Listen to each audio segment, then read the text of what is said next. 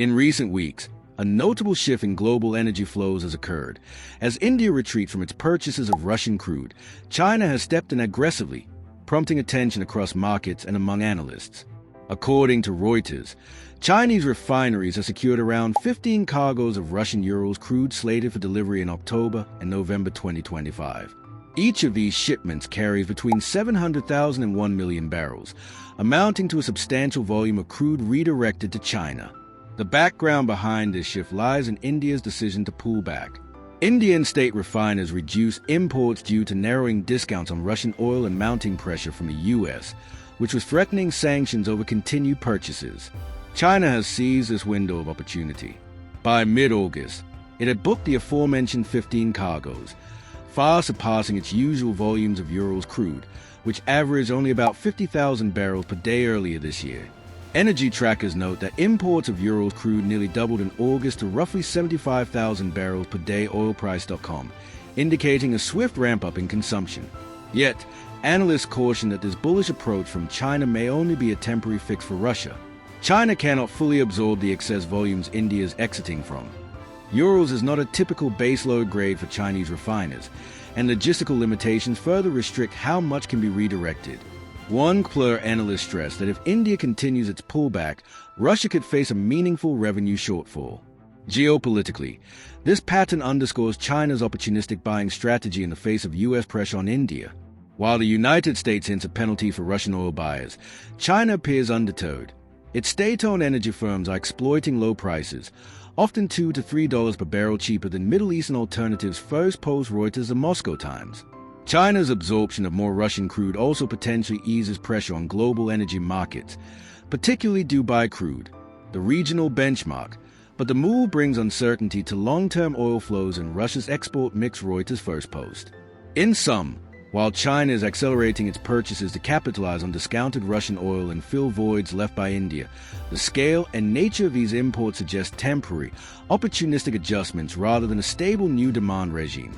Russia's energy strategy may be tested if India does not return in force, and global markets are left to balance these evolving alignments amid sanctions and shifting geopolitics. Interest rates should be higher, not lower, economics explained. The current economic debate centers on whether interest rates ought to be higher, not lower. Critics argue that cutting rates prematurely risks reigniting inflation and undermining economic credibility. In this light, some economists strongly believe that rates should remain elevated until inflation and labor market indicators unequivocally align with the Federal Reserve's dual mandate. At the recent Jackson Hole Symposium, Fed Chair Jerome Powell signaled a cautious recognition of slowing job growth and persistent inflation, opting for a data-driven, not predetermined, approach to policy adjustments. As markets anticipate a potential September rate cut, several Fed officials, including Governor Christopher Waller, have voiced support for preemptive easing. However, dissenters like Cleveland Fed President Beth Hammack worry that surrendering to inflationary pressures too soon could necessitate painful rate hikes down the line, eroding credibility. This point echoes a broader economic principle. If monetary policy is loosened too soon, transitory inflation may become entrenched, and the cost of restoring stability later, even via aggressive hikes, becomes steep. The risk is particularly pronounced when facing supply shocks, like tariffs or already stubborn inflation, a scenario the Fed currently navigates. Moreover, the concept of fiscal dominance adds complexity. Under fiscal dominance, mounting government debt and deficit constrains central banks, forcing them to prioritize financing needs, e.g., government interest obligations, over fighting inflation. In such scenarios, higher rates may paradoxically expand inflation, as interest payments flow to consumers and investors, fueling further demand. Despite that risk, many economists argue that tolerating higher rates now offers more long-term stability than ceding ground to quicker inflationary cycles. Overall, the cautionary stance, interest rates should be higher, not lower, finds its foundation in preserving monetary stability, guarding against inflation, and maintaining policy credibility in uncertain fiscal and economic terrain. Is the Fed losing its independence? Another pressing debate involves the Federal Reserve's independence amid rising political pressure. The independence of a central bank is essential for unbiased monetary policy focused on price stability rather than short-term political goals. Yet, Recent developments suggest that the Fed may be under growing strain. At Jackson Hole, Powell reaffirmed that rate decisions would remain based on economic data, not political dictates, even as President Trump publicly pressured for aggressive rate cuts ahead of the 2026 midterms. Reports highlight that political interference is creeping in through nominations to the Fed's board, like Stephen Moran, and even attacks on personal safety or job security, such as threats to remove Governor Lisa Cook. Financial analysts warn that such pressures risk undermining the Fed's credibility. Institutions that succumb to political influence often suffer high inflation.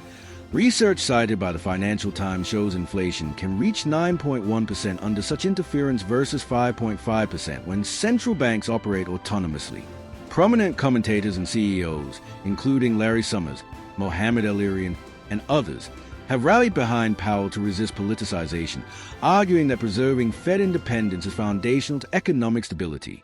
In sum, while the Fed remains legally independent and some leadership remain committed to economic, not political, decision-making, the accumulation of external pressures, appointments, terror politics, threats, is testing the strength of that independence. Whether the Fed can maintain credibility and autonomy may decisively influence the trajectory of inflation, financial stability, and investor confidence. These three narratives, China's opportunistic oil purchases, debates over rate policy, and Fed independence, are deeply intertwined in a complex geopolitical and economic mosaic. China's expanded role in energy markets is reinforcing its geopolitical positioning and providing short-term relief for Russia, yet carries longer-term market risks. Simultaneously, central banks globally, and especially the Fed, are grappling with how to respond to such volatility without sacrificing their mandate to deliver stable, long-term outcomes. In this environment, marked by geopolitical tensions, energy realignments, and political interference, policy decisions on interest rates become even more consequential. Premature easing could ignite inflation, weaken credibility, and further expose central banks to political capture. Maintaining higher rates might better anchor inflation expectations, but risks dampening growth. Ultimately, safeguarding the Fed's independence is foundational. Without that, monetary policy becomes vulnerable to short-term political whims, a path that historically has led to inflation, instability, and economic backlash. In these turbulent times, the interplay of these forces demands steadfast, credible, and data-driven policymaking. The convergence of these themes, China's assertive energy strategy, the contentious debate around interest rates, and the perceived erosion of the Federal Reserve's independence, reflects a deeper transformation in the global economic and geopolitical order. These developments are not isolated.